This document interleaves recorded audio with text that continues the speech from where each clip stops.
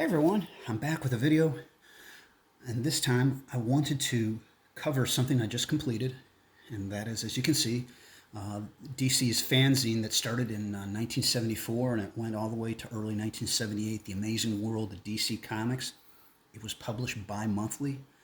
There were 17 issues plus one special edition, which I have as well. And we're just going to go in obviously numerical order here, starting with issue number 1, which has a cover date of July 1974, and I believe it came out around July 4th of that same month. The cover artist for the first issue is Carmine Infantino. And this just, as it says, it spotlighted comics, movies, animation, news and reviews, behind the scenes. It had a direct currents section where it covered all the DC comics that were coming out, probably over like a 3-month period, and which was probably my favorite part of the whole publication. And this was something that I remember seeing as a kid in the comics in the mid-70s, in DC Comics, obviously, in house ads. I didn't quite understand what it was, and obviously never saw it on a newsstand anywhere. So obviously I never went and got it. And it wasn't until Shannon, Solid 4-String Bottom End, actually did a series of videos on this series about 5-6 years ago. And I recommend, if you want to really go in depth on each issue, to watch that. That's when I'm like, you know what? I'd like to start collecting this. And I knew it'd be a challenge. But lo and behold, this past year I got one of the last issues I got at Heroes Con. Then I just picked up the last two that I needed just recently via some sellers on eBay. So again, here's number 1. And with all of these, the front obviously is in color. The back usually has some type of color. This is a Hawkman and Hawkgirl by the Joe Kubert. And inside is all black and white.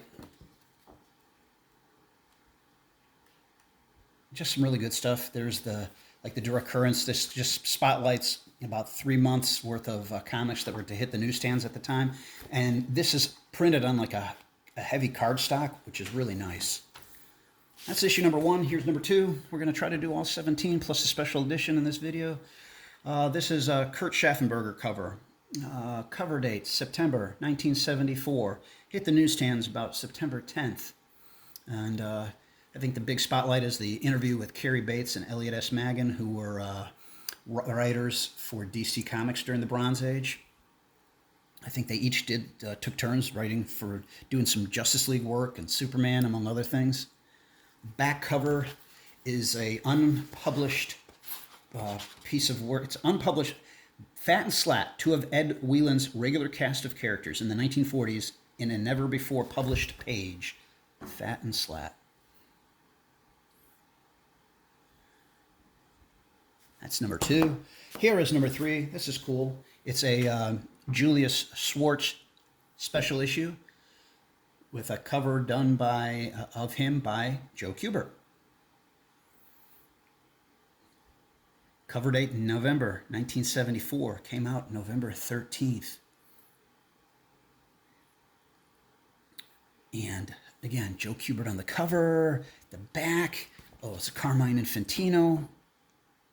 That's pretty cool. A kid reading some Silver Age books.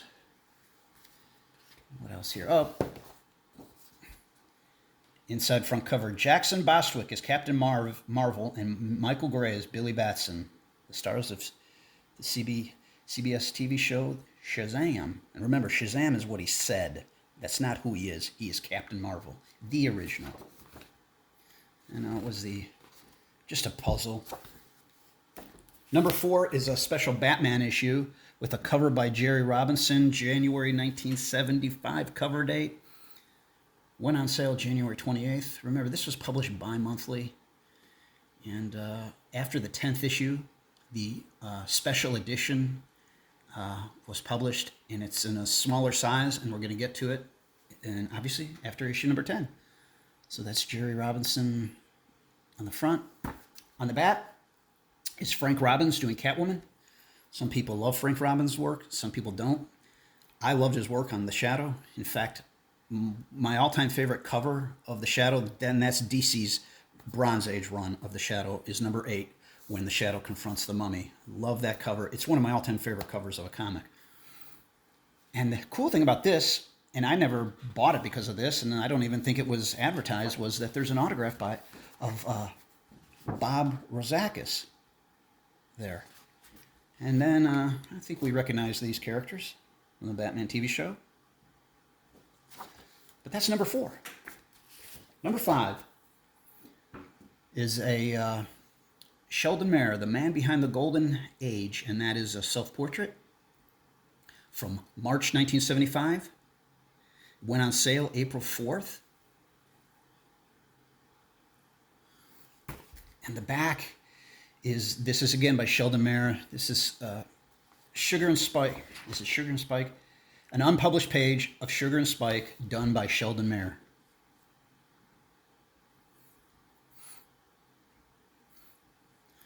And again, no, it was a cover. No, again, just puzzles. And the cool thing in here, there's a Batman story that was done starting in the previous issue.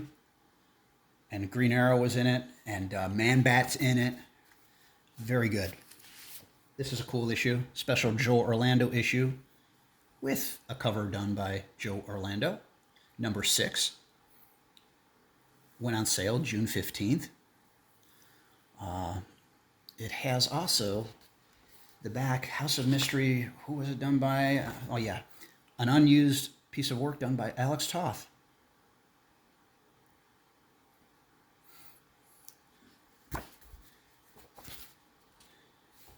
That's also a swamp creature drawn by Bernie Wrightson 2 years before the first Swamp Thing issue. Let's see his signature down there. There's also a center spread, and I'm never going to get it on this video, that was by Nestor Redondo. It was what I think the original Swamp Thing number 15 was supposed to look like. So I'm not going to get it all. I apologize. But they're very cool, very good issue.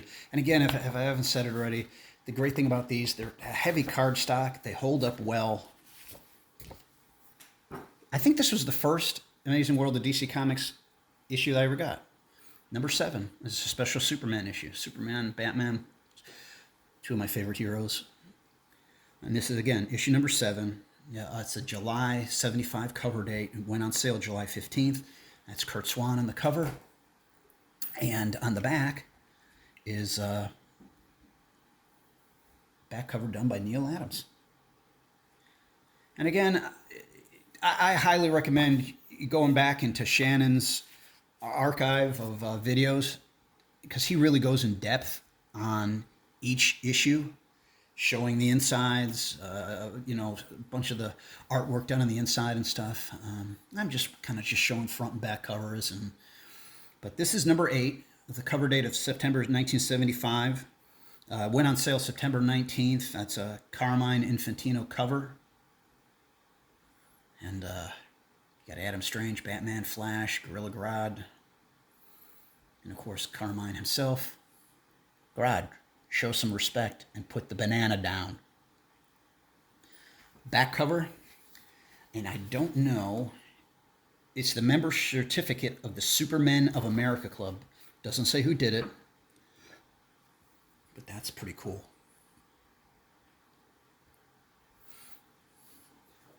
And no, it wasn't inside. Okay. Now here, number 9, as they say, Rod, this is the All Legion issue. It's a November 1975 cover date. It went on sale November 1st. Cover is by Dave Cockrum. This is the most expensive issue of the entire fanzine of Amazing World of DC Comics. This is a nice high-grade copy, and I got it for a steal. Actually, it was a birthday gift, but I know how much it cost. But this is the one that is gonna be the most expensive, and it was at the height of in the 70s of Legion's superheroes popularity. And the thing is, it's a pretty cool cover, but it's not my favorite issue. I mean, we'll get to my favorite issue, and we'll get to probably my favorite cover back to back. And the back cover is, I don't know who did the back cover. Okay, a model sheet of the Legion by Kurt Swan, circa 1963. Again, if you're going to get this, especially in a high grade, you're going to pay some money. It is a little pricey. All right, that's number 9. Here's number 10. And then after this, then it has that special edition. And this is, number 10 is a cover done by Murphy Anderson. It's a January 1976 cover date. Went on sale January 15th. That's Sol Harrison and Jack Adler on the cover. And this is behind the scenes in DC's production department. Pretty cool. I mean, stuff like this, I just had to fascinate any kid who was a fan of DC Comics at the time to put this type of fanzine. And I know Marvel had Foom. I never picked up an issue of Foom. But from what I've been told, The Amazing World of DC Comics was by far the better fanzine. And then this is, this is just the cover of Movie Comics from 1939, number 5. It doesn't give, it doesn't credit an artist. Okay, now after 10, they came out with a special edition, number 1, celebrating the Super DC Con 1976, which was held at the Hotel Commodore in New York on February 27th, 28th, and 29th of 1976. And that is a Kurt Swan cover. All the stuff inside is black and white. There's the back. This is a nice high-grade copy. This was the last thing I just picked this up early last week. I got it in the mail. It was the last thing I needed to complete the entire run of Amazing World of DC Comics. And you can see there's a little smudge there, but that's just, it was a printing issue. And the same on the front, right by the R, it was just a printing issue that they had. And but it's still a very nice high-grade copy. Then going back to the normal size for number 11, this is cool. And it's a Dick Dillon cover. I love Dick Dillon. He did so much great work with the Justice League of America. This is April 76 cover. And it came out on March 1st, though. And again, because it's published bi-monthly. Out, you superheroes. This mag belongs to us, the supervillains. And that's just a cool, cool cover. And again, big fan of Dick Dillon. On the back, let's see if it gets credit. It just says the Injustice Gang of the World from All-Star Comics number 37. Obviously spotlighting all the villains. And it has a story, what was the original story for Secret Society of Supervillains number 1 that they had to redo. That I think Jerry Conway did it, but when he talked to I don't know if he was talking to Carmine Infantino, but they just said that that's not the way they wanted it, so they had to go a different route. So they had to do a new story. Now, here is probably my favorite cover of the entire run. I love the colors. I love the blue. Mike Grell on the cover. And this is issue number 12. It's actually August 76 cover date. And went on sale July 1st, I believe. There's the Warlord up there, obviously Superboy, and some of the other Legion of superheroes. And it does spotlight Mike Grell, the Legion, Earth After Disaster, the post-apocalyptic DC universe with some Commandy and Hercules. It's, like I said, the cover is my favorite cover, just because of the colors. And the back is, gosh, I should know this, the back cover, and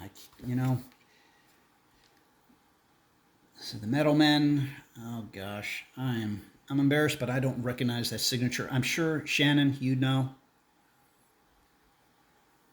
But,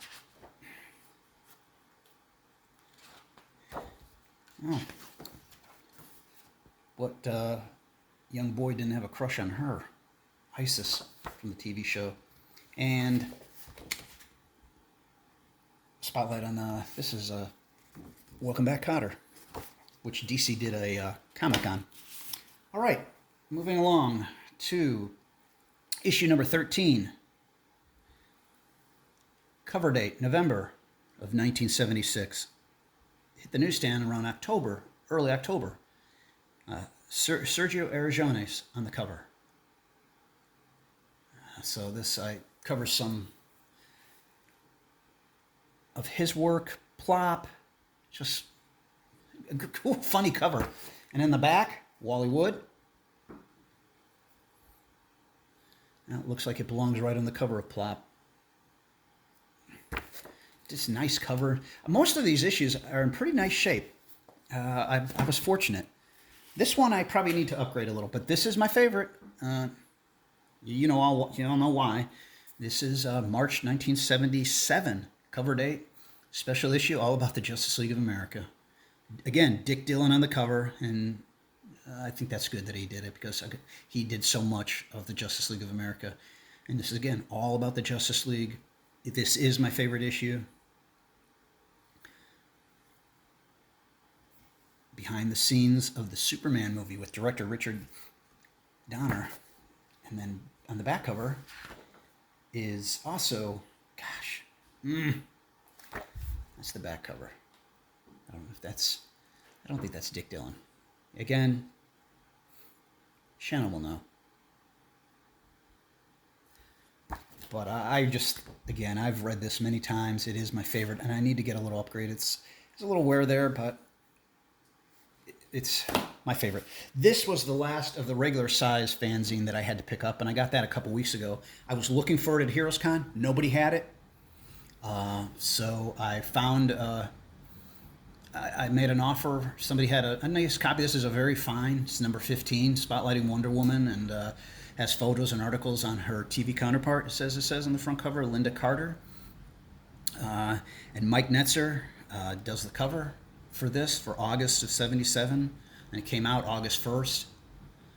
But I got a good deal on this, and I jumped on it, and it was the last one. Again, I was looking at Heroes Con, and Amazing World of DC Comics it was few and far between. I did pick up one issue, which I'm going to show. I think it's this one here coming up, but I did not see many at Heroes Con. And here's Neil Adams and Dick Giordano back cover of Wonder Woman.